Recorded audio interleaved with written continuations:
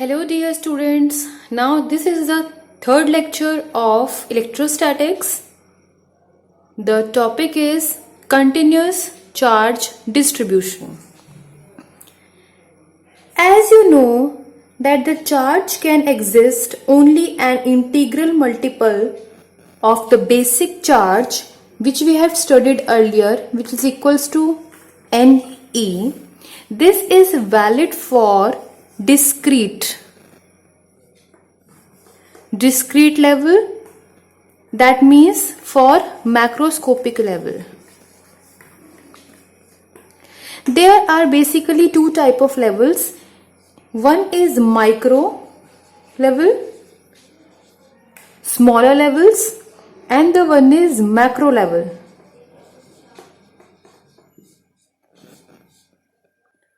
This is valid for discrete one, which is at macroscopic level. That means if we are having some levels, discrete means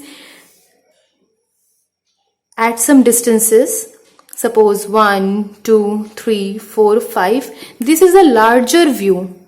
Macroscopic means the larger view.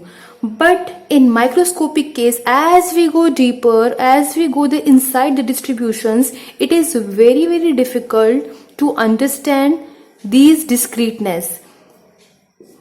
This type of medium is known as continuous medium. At microscopic level, you will see this kind of distributions like this.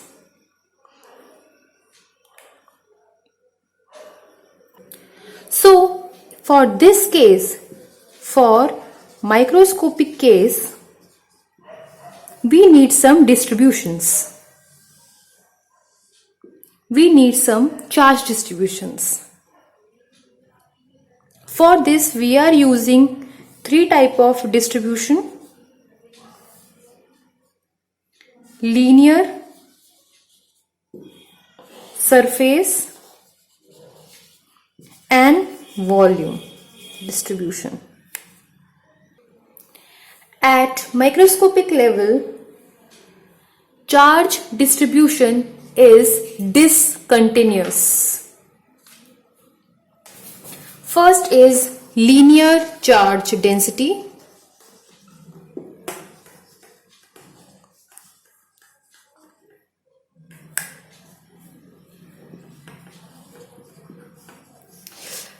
Definition of linear charge density is the charge, smallest charge, because there are a large number of charges. We have taken the smaller length. Let us consider dl part of this L length of the wire, dl, and Q is the total charge distribution.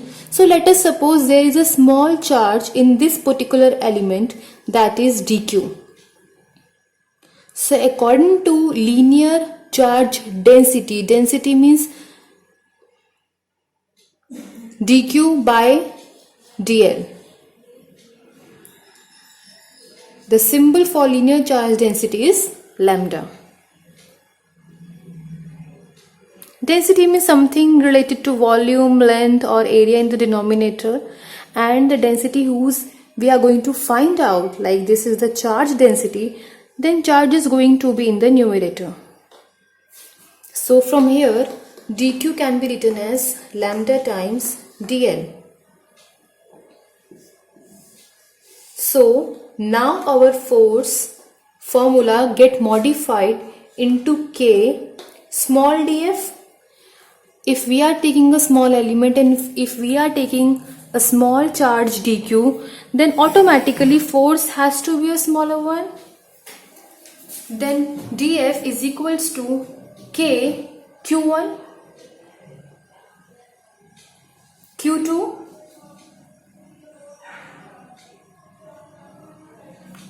q1 is the constant one,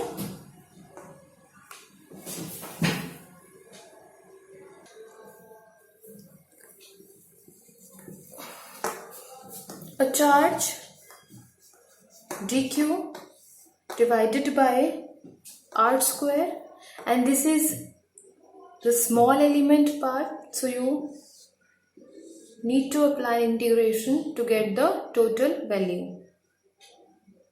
So dq can be written as, for this is df is equals to k q naught lambda times dl divided by r square.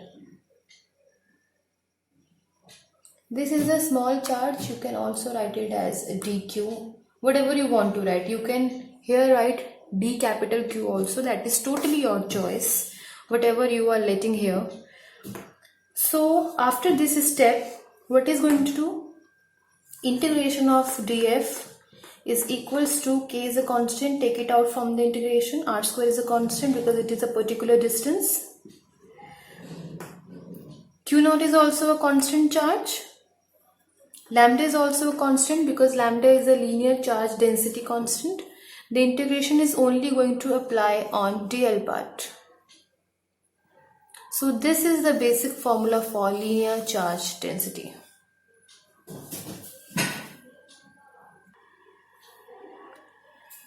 Now the second case is surface charge density. The constant symbol is sigma here. Same as definition, it's a surface charge density.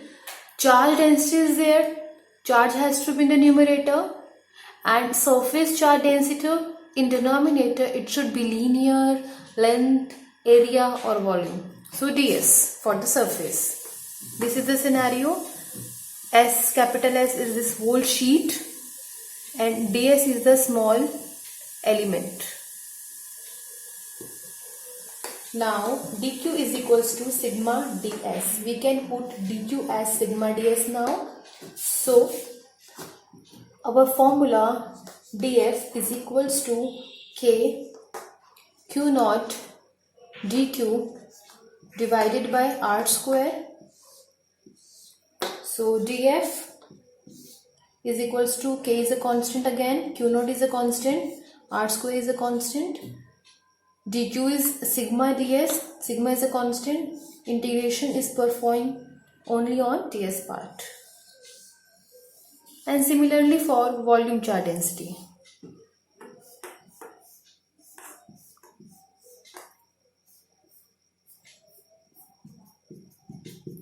We have taken a small element of volume.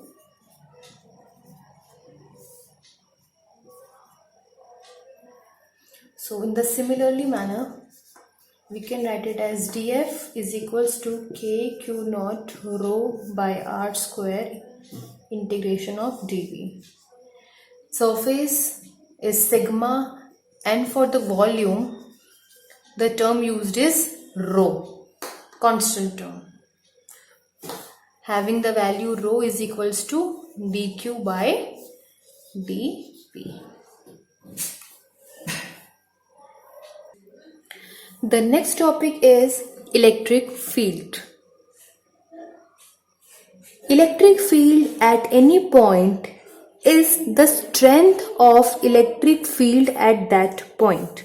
Let us suppose, what is field? Understand this word electric field. Electric stands for the charges and the field stands for the space around the charges. Let us suppose there is a plus q charge.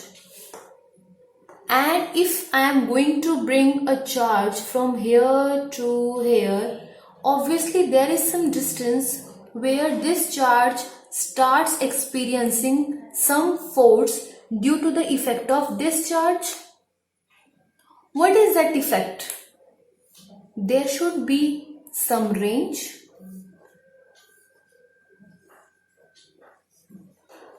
In which there is some range in which whenever the another charge come towards this charge, this point charge is going to experience some force of attraction or repulsion just around this line. That means this charge is having some field. For positive one, the field is outwards, and for negative charge, the field is inwards.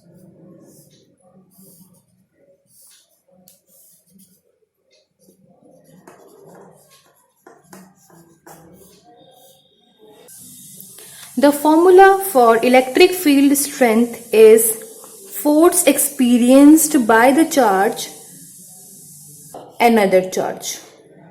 It can also be defined as the force experienced by the unit positive charge placed at that point. Next topic is electric field due to a point charge. This is the source charge. Source charge means which is having the field, and this is the test charge. We are calling it as a test charge because we are going to test on this charge whether it is going away from this point or towards from this point. If I am going to test here only, just stand here and see. Q is a positive charge. This Q0 test charge is also a positive charge. So at this point, positive repel each other. So this effect is going to take this charge outward. Let us suppose this is a distance r0 and force is in this direction, away from this source charge. So what will be the force in between these two charges? 1 by 4 pi epsilon naught. Since force is a vector quantity, F equals to 1 by epsilon naught, capital Q, this is the Q1, Q2 is Q0, distance is r0 square, and direction. As you know that force is a vector quantity, so this is the magnitude and the direction is r0 cap. What is the electric field intensity then? Formula is F by Q0. So E vector is equals to force is this divided by Q0 becomes 1 by 4 pi epsilon naught Q by R0 square R0 cap. That means electric field is inversely proportional to the square of the distance. This is a very big conclusion. As the distance is increasing, electric field is going to decrease. And this is true also. As we moving away from this charge, the electric field or the force has to decrease.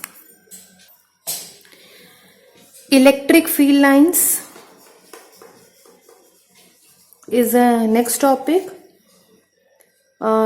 This is my question to you actually. Suppose we are having two positive charges, draw the field lines, and if there are two negative charges, draw the field lines, and if there is a positive and another one is a negative, draw the field lines. For this, I am giving you an example for positive charges. You need to draw the electric field lines. Suppose this is plus Q1 charge and suppose this is plus Q2 charge. This Q1 charge has more strength than Q2. Suppose Q1 having the greater charge than Q2. The central line will shift towards Q2 because this is the more heavier one. And you know that positive charge, the electric field lines goes away from this charge. So I am going to draw.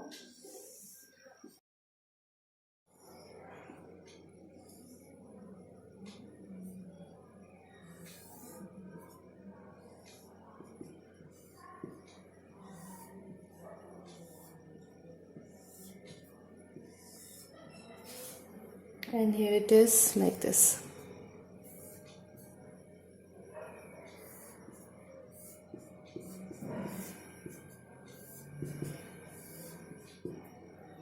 Because repulsion starts generating here, because both the charges are positive, since its strength is higher than this one, so this will be taken more curve compared to this one. So in the next you have to draw both the negative charges and for a positive and a negative charge. Till then, revise the topics which we have covered. Thank you.